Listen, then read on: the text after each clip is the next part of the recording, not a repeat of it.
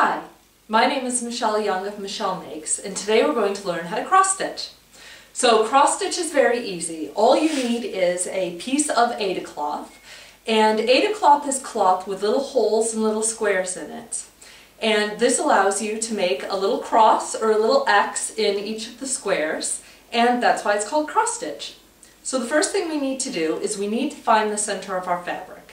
So I'm going to fold my fabric into fours, and excluding the selvage edge, because the selvage edge is basically part of the fabric that we're not going to use. It's very hard usually, and it's what keeps it to the bolt of the fabric. And I'm going to designate my midpoint of the fabric, and I've done that with a little safety pin. So now that we know where the center of the fabric is, we're going to take the pattern, and this is a pattern from Bothy Threads. They've already marked out the center of the pattern with black lines.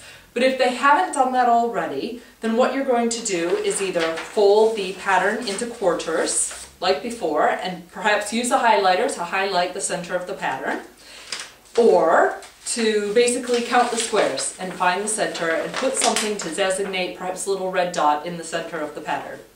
And the highlighter, that's actually a very good tip, that when you work through the pattern and after you've done the stitches, it's often good to highlight on your pattern the stitches that you've already done so that you remember them. Right, let's get started. I've put my Aida cloth into a hoop, and this is to keep it taut so it's easier to work with. My safety pin is in the center of the hoop, and I have threaded my needle.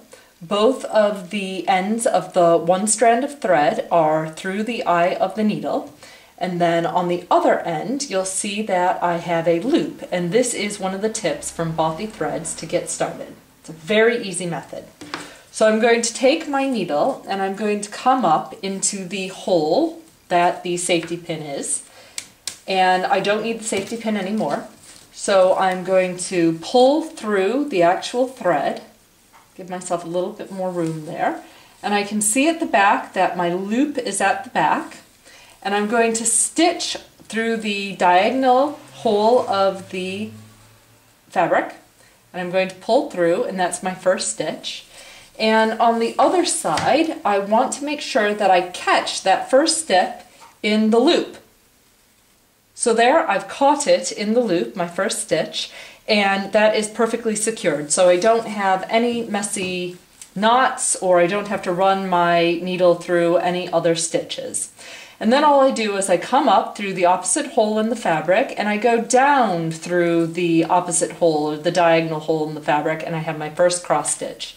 Now you can keep working all of the cross stitches separately, one by one, finishing each X, or you can do a line of stitches, which means that I will just do a couple of stitches going in the same direction, but always on the diagonal, or I'll do 3.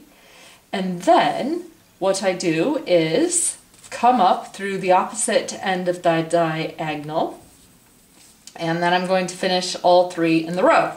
So the bottom stitch to the top stitch, and I'm going to come up through this one, and there I have my diagonal cross stitch. Each strand of embroidery floss has 6 strands of cotton in it. Usually in a pattern you want to use 2 strands of cotton. So what you do is you basically pull the strands apart, pulling 2 strands, leaving the other 4, or you could just pull 1 strand and then you could fold it double like we did today.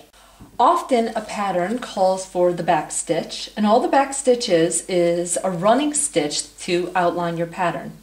So you can see that I'm just making the first stitch, and then I'm coming up through the next hole and going down through the stitch that I just came from. So to finish a piece, what I'm going to do is I'm going to finish my final cross, and then I'm going to pull my needle through to the other side. And I can see that I have 3 stitches here, and I'm going to run my needle through each of the stitches to catch the thread, and I'm going to run it through. If I had more stitches, I'd continue to run it through the stitches, and then just cut off the end, and there you go, you're finished. So one way to snazz up your cross stitch is to add metallic thread. You can see right here I've added one of the metallic threads, and it adds that extra sparkle to the stitches, which is a really nice extra dimension. Another tip for jazzing up your cross stitch is adding beads, sequins, and buttons. So to add a button, all I've done is I've come up like my normal stitch and I put my needle through the button. There's 2 holes in this button, so I'm just going to put it tight across next to the fabric, and I'm going to put the needle down through the hole in the button and pull it tight, and there, I've secured the button. I hope you've enjoyed learning to cross stitch today.